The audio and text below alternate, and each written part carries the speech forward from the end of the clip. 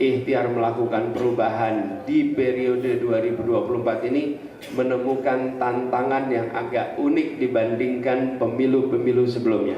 Untuk pertama kalinya kita menemukan keluhan di berbagai tempat, menemukan kekhawatiran di berbagai tempat. Akankah pemilu diselenggarakan dengan jujur? Akankah pemilu diselenggarakan dengan adil? Kekhawatiran-kekhawatiran seperti itu sebelumnya tidak pernah ada. Kejujuran itu harus utuh, seutuh-utuhnya.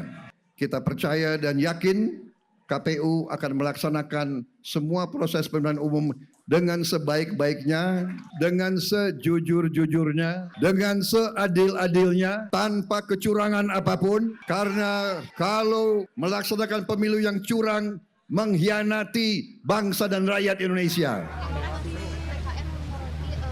16 potensi kecurangan pemilu, diantaranya upaya Pak Mahfud yang membuka aduan pemilu sama Pak Yasona Lawli sebagai Menkumham masuk di TPN. Tanggapannya bagaimana, Mas? Jadi sebenarnya spirit Pak Mahfud atau tim Ganjar Mahfud untuk membuka aduan-aduan itu untuk kita bisa tahu dan memastikan bahwa pelaksanaan pemilu itu fair ya, dan jurdil begitu. Kan sekarang aduannya banyak sekali.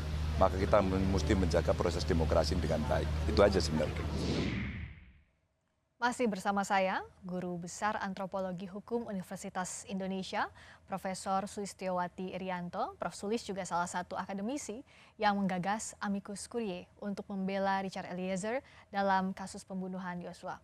Prof. Sulis, tadi masing-masing calon presiden, Pak Anies, Pak Prabowo, Pak Ganjar berkomitmen agar pemilu ini berlangsung secara adil, secara jujur. Tapi bicara soal jujur dan adilnya pemilu, tentu kita harus mengevaluasi apa yang terjadi selama masa pemilu ini berlangsung.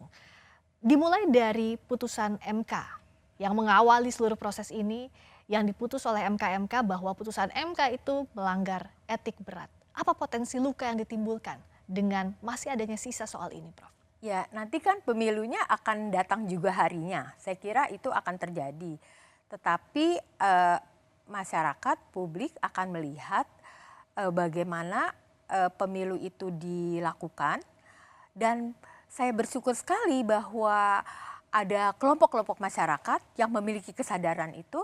Lalu mereka mendirikan forum-forum pengaduan. Bahkan secara online, ada Jaga Pemilu, saya ada di dalamnya Jaga Pemilu bersama dengan teman-teman. Lalu kemudian ada Jaga Suara, ada Gus Durian, dan banyak lagi yang saya tidak tahu ya. Dan mereka itu hari ini sangat difasilitasi oleh pengaduan digital sehingga orang berani, karena nggak harus bertatap muka ya, berani apa yang dia lihat dalam bentuk kecurangan-kecurangan itu dia adukan ke sana gitu ya, dan kemudian akan disampaikan ke Bawaslu dan bagaimana Bawaslu akan menyikapinya. Saya kira itu baik sekali dan memang secara kesejarahan itu Indonesia berhasil melewati masa-masa yang sulit karena gerakan masyarakat sipil, masyarakat madani yang memang menginisiasi banyak sekali upaya-upaya untuk tetap menegakkan demokrasi ya sesuai dengan pesan dari para pendiri bangsa. Tapi kalau ditanyakan apakah pemilunya akan berlangsung dengan baik, ya, secara faktual dia akan berlangsung, tetapi kita akan melihat bagaimana reaksi publik setelah pemilu, tergantung siapa yang akan jadi dan jadinya dengan cara seperti apa gitu. Prosesnya itu ya dipercaya atau tidak, punya legitimasi atau tidak. Betul. Kalau bicara soal perkembangan politik terkini, Prof. Sulis, di tengah harapan tadi, kita tadi sudah membahas soal bagaimana Presiden Jokowi yang bilang boleh berpihak. Begitu pula dengan menteri-menteri yang mencalonkan diri maupun ikut berkampanye, juga ASN, maraknya video yang mendukung pasangan calon tertentu. Bagaimana publik masih bisa menjaga harapan ini agar pemilu berlangsung jujur, adil, punya legitimasi apapun hasilnya? Saya kira publik harus berani untuk speak up ya, mengatakan kebenaran-kebenaran, dan kalau mereka melihat kecurangan, ada banyak forum-forum yang menyediakan ruang untuk mereka bahkan secara mudah melalui gadgetnya untuk mengadakan pengaduan. bukan untuk menjatuhkan secara personal ya, tetapi itu memang hidup berdemokrasi semacam itu. Demokrasi itu memang harus ribut barangkali ya.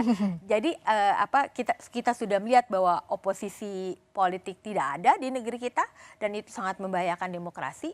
Tetapi publik itu dengan inisiatifnya sendiri memiliki ruang-ruang untuk berdemokrasi dengan cara-caranya sendiri dan itu dijamin oleh konstitusi gitu. Dan bagaimana publik mengambil ruang demokrasi?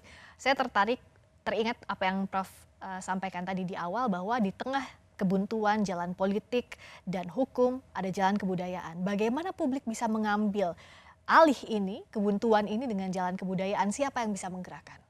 Ya, cikal bakal dari cara berpikir, cara berpengetahuan, cara berhukum menyepakati apa yang boleh dan tidak boleh di ruang-ruang publik itu memang mereka sudah punya. Dan mereka begitu melihat keadaan-keadaan yang genting, lalu mereka mengaktifkan kesadaran-kesadaran ini dan mereka mewujudkannya dalam berbagai bentuk. Seperti tadi itu pemantauan pemilu itu luar biasa sekali. Begitu banyak orang dari latar belakang ilmu yang berbeda menyumbangkan kepakarannya supaya ini jadi begitu ya. Dan saya kira benih-benih ini juga sudah ada di 1998. Waktu itu kami di Universitas Indonesia sedikit dosen saja karena tidak semua dosen berani melakukannya, bersama dengan mahasiswa dari berbagai universitas bahkan yang ada di Jabotabek itu membuat pemantauan pemilu Anfrel. Dan kemudian kami juga meminta mahasiswa untuk memantau TPS-TPS yang ada. Gitu. Jadi sebagai masyarakat sivil memang harus dibolehkan untuk ikut memantau penghitungan suara. Dan itu baik sekali apabila ini terjadi lagi 2024. Dan menjaga pemilu agar tanpa intervensi. Iya, iya. Itu yang bisa kita lakukan, iya. Menjaga asa lewat partisipasi publik. Betul.